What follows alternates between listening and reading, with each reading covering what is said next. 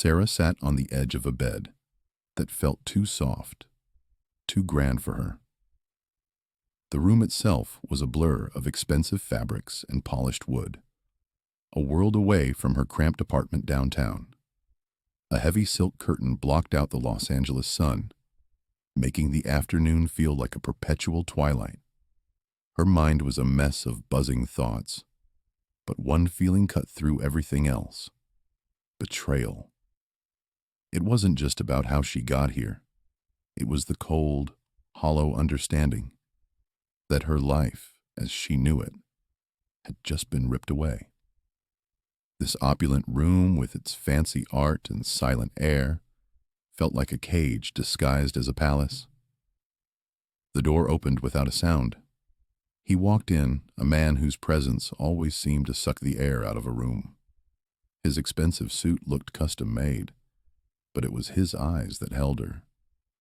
They were dark, unreadable, and right now, they held a hint of something that made her stomach clench. Satisfaction. He didn't speak right away, just watched her, a small smirk playing on his lips. Sarah didn't flinch. She just met his gaze, even though every fiber of her being screamed at her to look away. "You look well, my wife," he finally said, his voice smooth, almost a purr, but with an edge that cut like a razor. "I trust you find your new quarters to your liking." Wife. The word hung in the air, heavy and suffocating. It was a done deal to him. A transaction. A piece of paper signed without her consent. It was a joke. A sick, twisted joke. Her initial shock, the wave of nausea that had hit her hours ago, had somehow solidified into something else. It wasn't tears or screaming. It was a cold, hard resolve. Her jaw tightened, almost imperceptibly. He thought he had won. He had no idea what he had truly unleashed. He walked further into the room, pulling a small box from his pocket.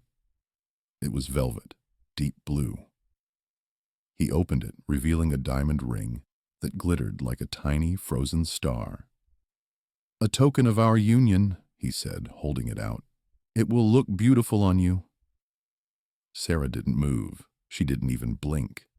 Her mind raced, not with panic, but with a strange, quiet clarity. While his eyes were on the ring, admiring his own twisted gift, her right hand, hidden by the folds of her dress, moved slowly, deliberately. Her fingers found the small, worn smartphone she always kept tucked away. With a motion so subtle it was almost invisible, she touched the screen twice, then again, activating a hidden app. A single, silent message, pre-written, was sent. It was a silent distress call, a beacon to the one person she knew would understand, the one person who might have a chance of finding her.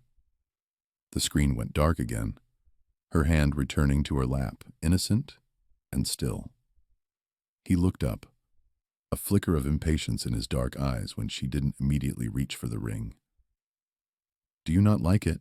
he asked, his voice losing some of its earlier smoothness. "It's lovely," she managed, her voice flat, devoid of real emotion. She knew better than to push him. Now, not yet. She needed time. She needed to think. He seemed to accept her answer, or perhaps he just didn't care enough to press the issue. He placed the ring box on a nearby table, then turned to leave. "I have matters to attend to," he said, his smirk returning. "We will dine together tonight. Try to settle in. Make yourself comfortable." He paused at the door, glancing back at her, a possessive glint in his eyes. "You are home now, Sarah." Then he was gone, the door closing with a soft click that echoed in the vast, silent room. Sarah sat there, alone again. The heavy silence pressed in on her. Her expression was a complex mix. There was fear, yes, a cold dread that snaked through her veins. But beneath it, a tiny spark had ignited, a fierce, burning defiance. He thought he had won. He had no idea what he had truly unleashed. Before we continue, subscribe to the channel and tell us where you're watching from in the comments. Sarah's usual home was a world away from the gilded cage she now found herself in. Her life unfolded in a small, lively apartment in Los Angeles, a city that pulsed with a million different stories. Her neighborhood was a patchwork of cultures, a place where the scent of street food mingled with the distant hum of traffic and the occasional burst of laughter from a sidewalk cafe. It wasn't fancy, but it was hers. The walls of her apartment were covered with photos she'd taken, capturing the raw, beautiful chaos of city life. A street musician lost in his melody, an elderly couple holding hands on a park bench, the fierce determination in a young dancer's eyes. She had always been drawn to the stories people carried, the hidden emotions beneath the surface. Photography wasn't just a hobby. It was how she saw the world, how she made sense of it. But passion didn't pay the rent. So Sarah juggled multiple odd jobs. She waited tables at a diner downtown, the clatter of plates and the endless coffee refills, a constant backdrop to her days. Sometimes she did freelance graphic design for small businesses, putting her artistic eye to work in a different way. Every dollar earned was a step closer to her dream of opening her own photography studio, a space where she could truly create. Life wasn't easy, but it was real. She had a small circle of friends, mostly fellow artists and dreamers, who understood the struggle and celebrated the small victories. They'd gather on her tiny balcony, sharing cheap wine and big dreams, the city lights twinkling below like a million possibilities.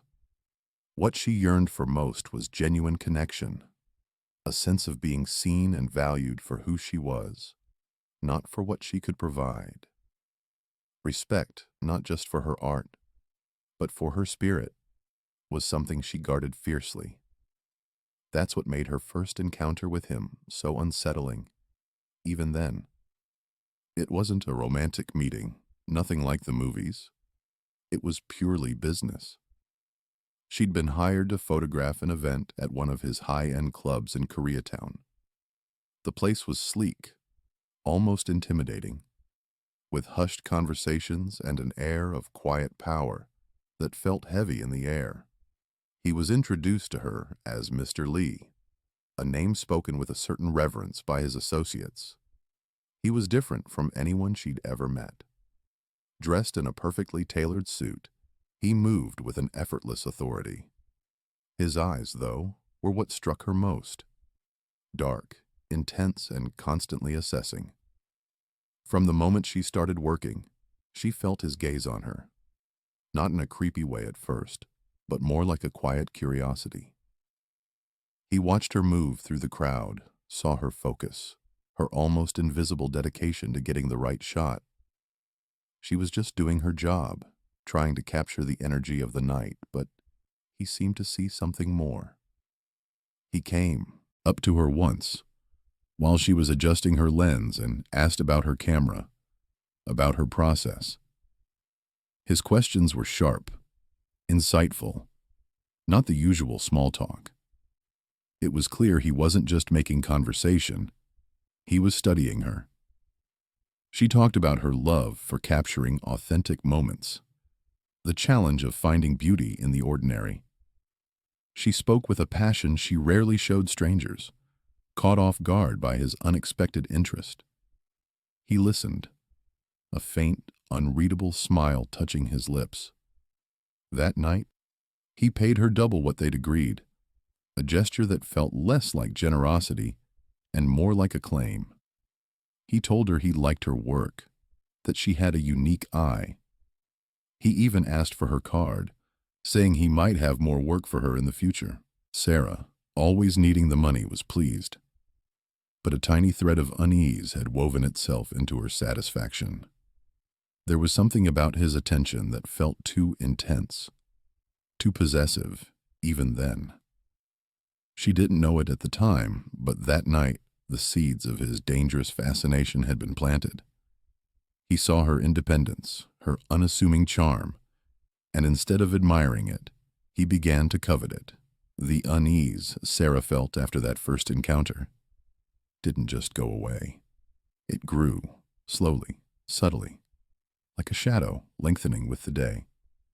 Mr. Lee, or rather, Mr. Kim, as she later learned, made good on his promise of more work.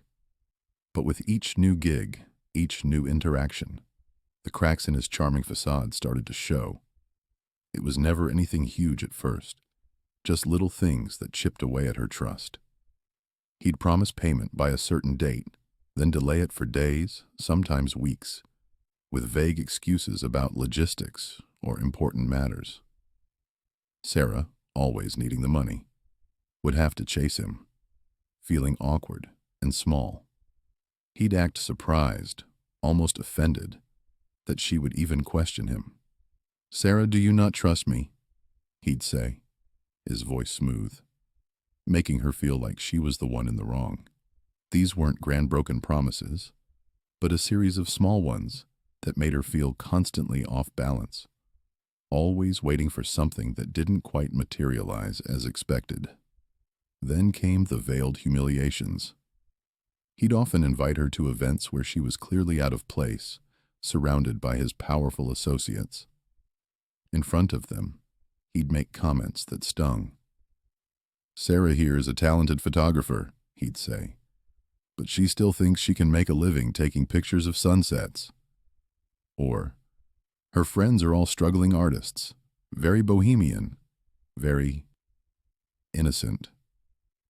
He'd laugh then, a low, rumbling sound, and his associates would join in, their eyes flicking to Sarah, who would force a weak smile, her cheeks burning.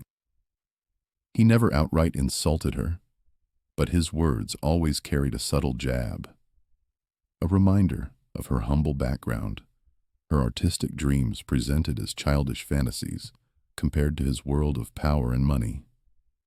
He'd ask about her small apartment, her old camera, always with a tone that suggested pity, not genuine interest.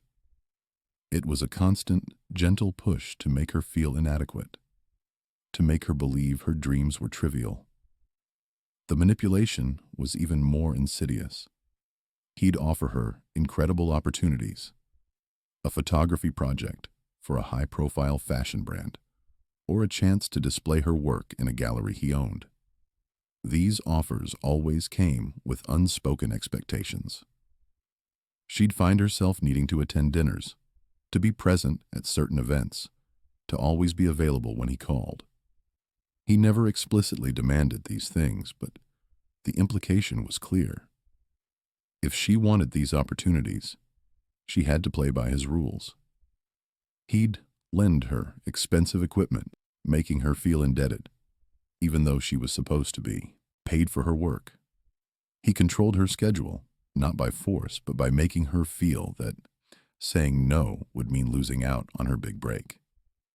He'd say things like, "I'm investing in your future, Sarah," making it sound like he was doing her a favor, when in reality, he was slowly tightening his grip. One evening, at a gallery opening, where her photographs were being displayed thanks to his generosity, he took credit for her work. A wealthy art collector was praising one of her pieces, a stark black and white portrait. Mr. Kim stepped in, putting a hand on her shoulder. "Yes, Sarah has a good eye," he said, "but it was my vision, my guidance, that helped her truly capture the essence of the subject." He then proceeded to explain the concept behind the piece, using phrases she had used, but making it sound like his own idea. Sarah stood there, invisible, unheard, as the collector nodded approvingly at Mr. Kim.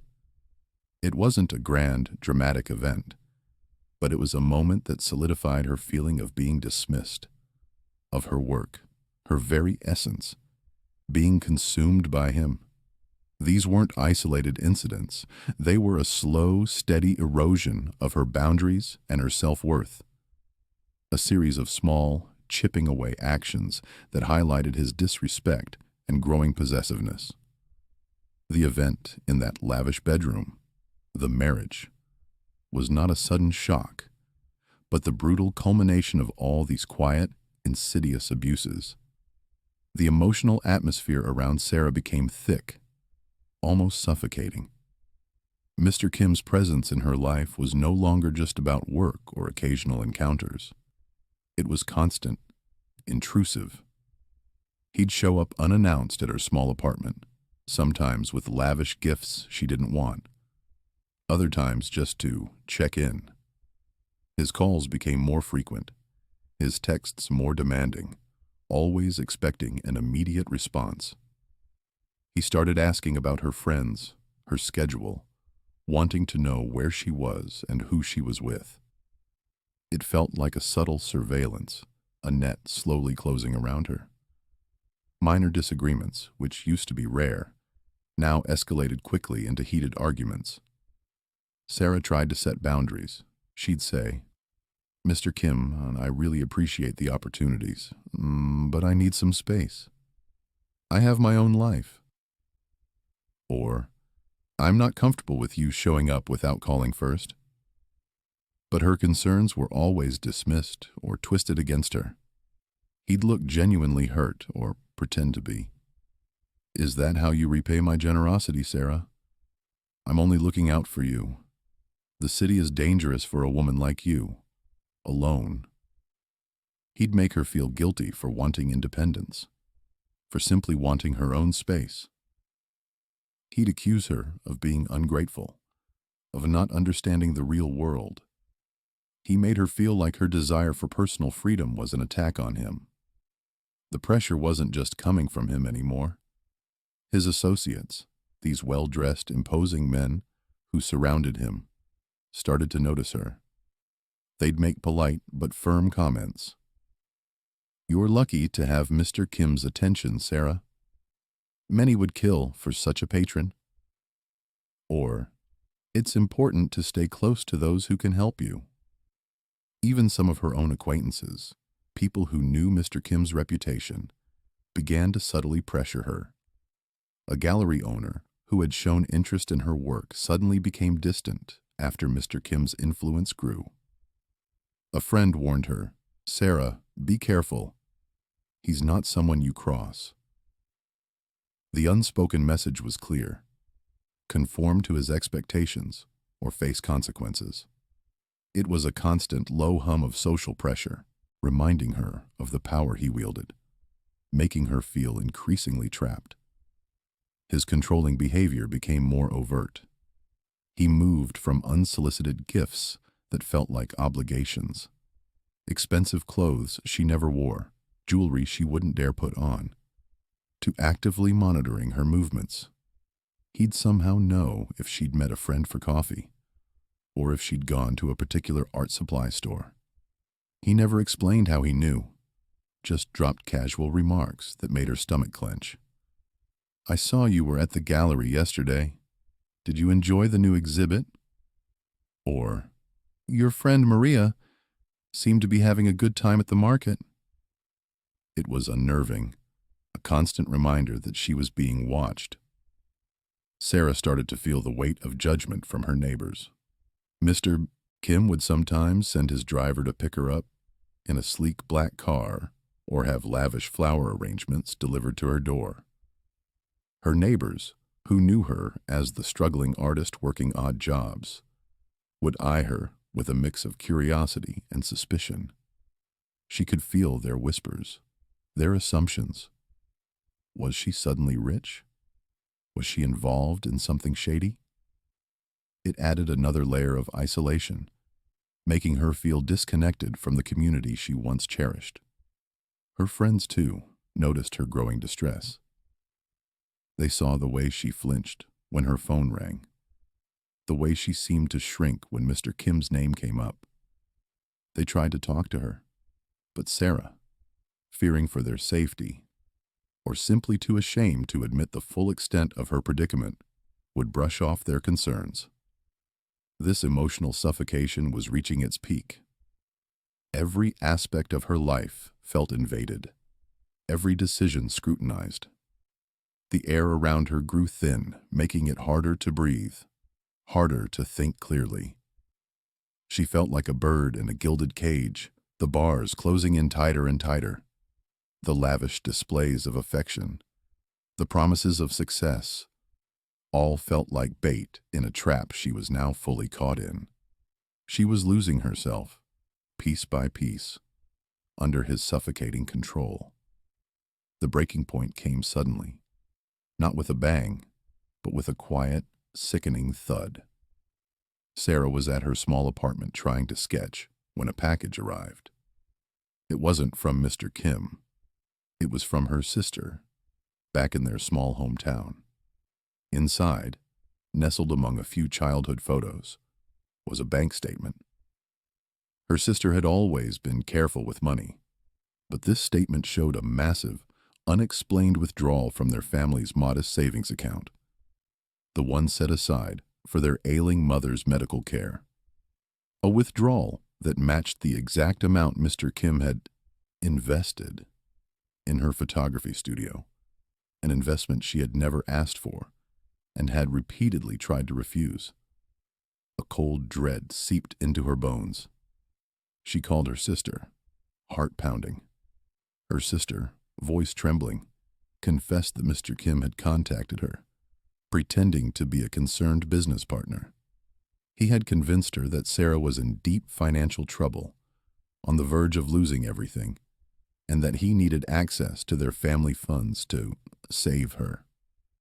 He had even shown her doctored documents, fake invoices, and legal threats, making it seem utterly real. He had promised to return the money with interest, claiming it was just a temporary measure to protect Sarah's assets. Her sister, desperate to help, had fallen for it. The betrayal was a physical blow. It wasn't just about the money.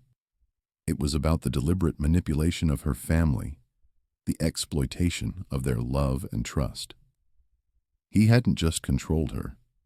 He had reached into her past, into the very core of her family, and twisted it. The shock gave way to a searing rage unlike anything she had ever felt. This wasn't about her career, or her independence, or even her dignity anymore. This was about her mother, about her sister, about the people she loved most. He had crossed a line that could not be uncrossed. In that moment, something inside Sarah snapped. The fear that had been her constant companion evaporated, replaced by a clear, burning resolve. She would not be his pawn. She would not let him destroy her family. She spent the next few days in a blur of focused activity. She started documenting everything. Every text message from Mr. Kim, every email, every receipt for the unwanted gifts, every cryptic remark he had made. She bought a small, discreet voice recorder and hid it in her bag, activating it whenever he called or visited. She even started taking pictures, not of art, but of the cars that followed her, the faces of his associates, the subtle details of his various businesses that she had inadvertently picked up over the months. She felt a surge of adrenaline, a sense of purpose she hadn't felt in a long time. This wasn't just about survival, it was about fighting back. An unexpected opportunity arose during one of her photography gigs. She was shooting an art exhibition for a local gallery, a place she used to frequent before Mr. Kim entered her life. There, she met an older woman, a renowned investigative journalist named Elena, known for her fearless exposés on corruption and organized crime. Elena had a sharp, perceptive gaze, and Sarah found herself drawn to her, sensing an ally. During a quiet moment, Sarah, with a pounding heart, cautiously mentioned her situation, framing it as a hypothetical. Elena listened intently, her expression unreadable. When Sarah finished, Elena simply said, "Sometimes, the most dangerous people hide in plain sight. If you ever have a story you need to tell, truly tell, my door is always open." She handed Sarah a business card. It felt like a lifeline. This was the moment. The cycle of suffering was broken. Sarah looked at the card, then at the growing pile of evidence she had collected. She was no longer a victim. She was a witness and a fighter.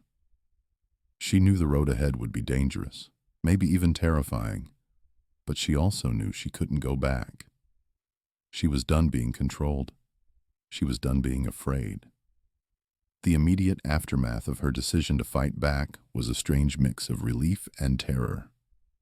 The relief came from finally taking action, from feeling like she had some control, however small, over her own fate. The terror was a cold, constant knot in her stomach.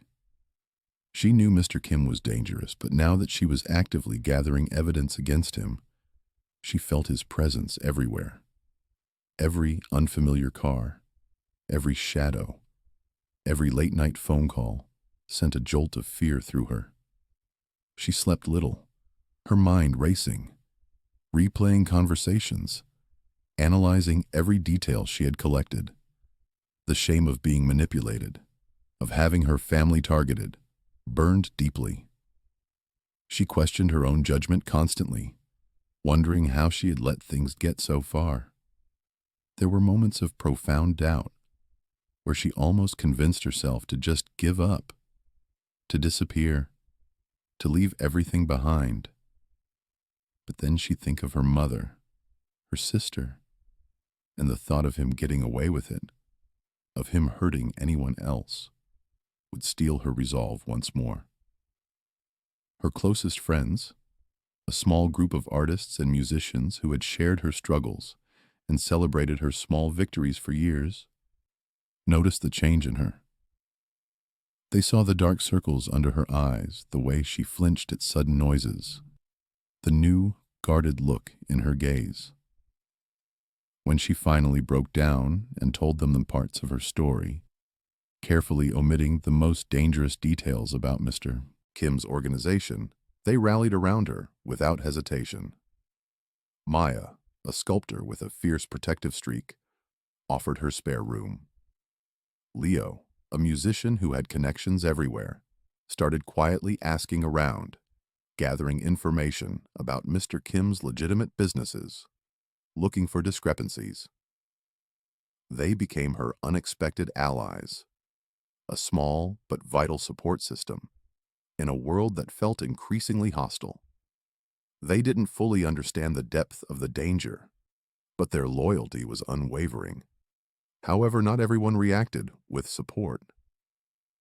Some acquaintances, people she had known for years, started to distance themselves.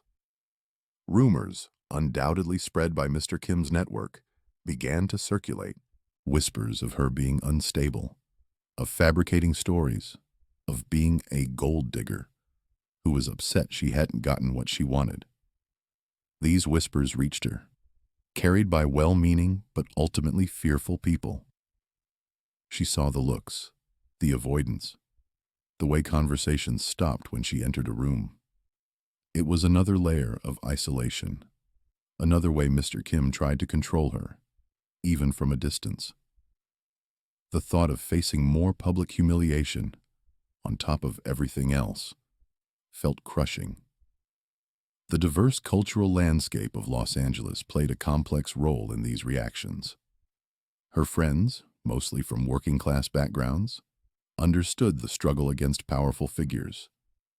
They saw her as one of them, a victim of injustice. But within certain business circles, especially those connected to the Korean community, Mr. Kim's influence was significant. Fear of reprisal was real. People were unwilling to cross him, even for the sake of truth.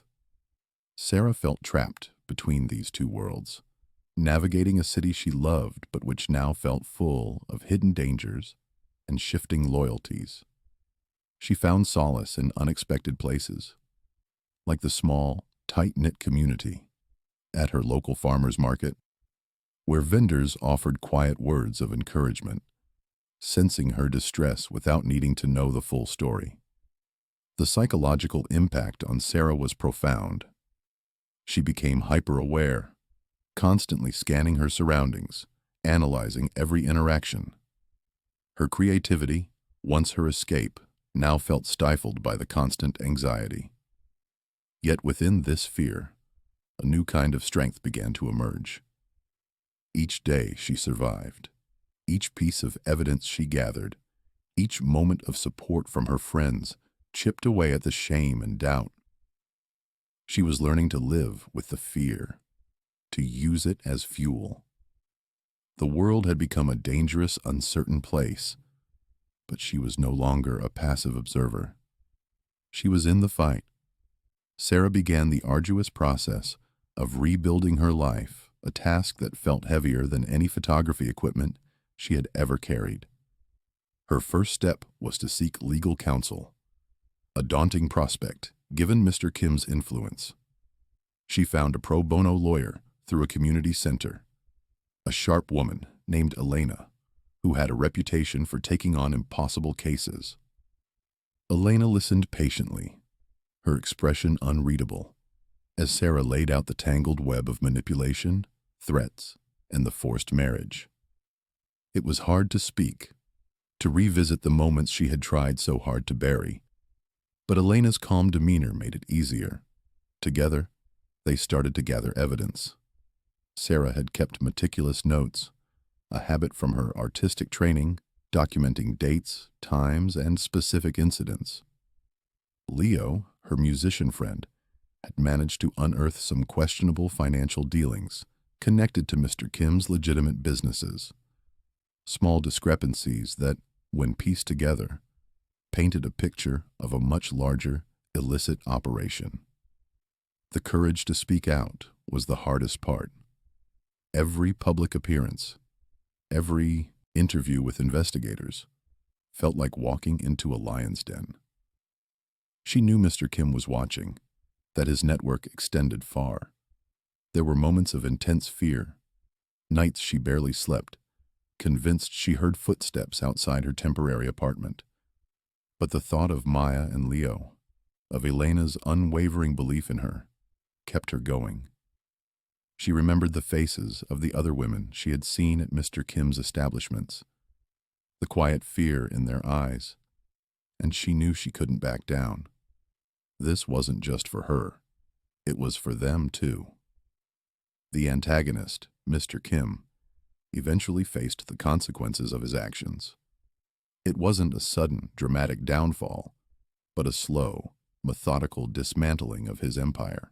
The financial discrepancies Leo found led to a deeper investigation by federal agents who uncovered evidence of money laundering and other illicit activities. Sarah's testimony, combined with the solid evidence Elena helped her compile, became a crucial part of the case. His reputation, once unassailable in certain circles, was shattered. Businesses he owned were seized, his associates arrested. The news spread like wildfire through the city, a mixture of shock and quiet relief. He didn't end up in a prison cell overnight, but his power was broken, his influence gone. He became a pariah, stripped of the very things he used to control others. Sarah didn't emerge unscathed. The trauma lingered, a shadow that sometimes crept into her thoughts. She still had moments of anxiety, still found herself flinching at loud noises. But she was stronger, more self-aware than she had ever been. She found her voice, not just in legal proceedings, but in her art. Her photography, once focused on capturing the beauty of everyday life, now delved into themes of resilience, strength, and overcoming adversity. She started a small gallery, showcasing her own work and that of other emerging artists, creating a space where creativity and freedom thrived. She built a life free from fear, a life on her own terms. Her journey was a powerful reflection on courage. It taught her that true power didn't come from control or intimidation, but from integrity. It was about finding your voice even when it trembled, and refusing to be silenced, no matter how loud the threats. Sarah had stared into the abyss of fear and manipulation, and she had found a way back, not just to survive, but to truly live. She was a testament to the human spirit's ability to mend, to grow, and to shine even after the darkest storms. Her story became a quiet inspiration, a reminder that self-worth was not something granted by others, but something fiercely claimed from within.